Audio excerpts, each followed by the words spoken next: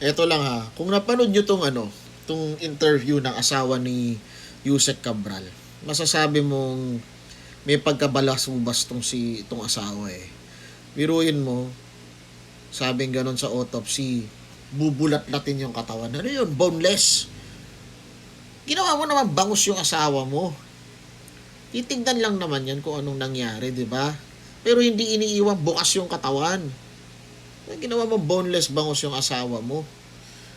Tsaka alam mo, malakas talaga kutob ko dito pinagpalit tong asawa niya na to. Kasi tingnan mo naman, kahit man lang sa kahuli-hulian na nagtatago tong misis mo, sa pag-cover up man lang, sana sinabi mo lang, pasensya na may abogado kami na pwedeng humarap sa inyo, sumagot sa lahat ng mga tanong ninyo.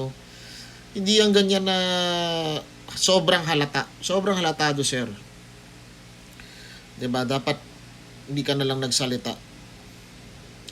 Nakakaawa pero para sa akin lang ha. Deserve yang ganyan, 'di ba? That's what you get kapag nag-engage kayo sa mga kalokohan. Pero itong asawa ni Yusek Cabral, nako, Diyos ko, walang yaring sumagot. Ako, talagang sobrang lakas ng kutob ko. Nagkaroon ng kabit si misis o kaya eto may kabit o kaya hindi na talaga inuuwian. Hindi na inuuwian sa kagaguhan. Yan, ngayon pa lang tingnan mo, alam mong gago na sumagot eh.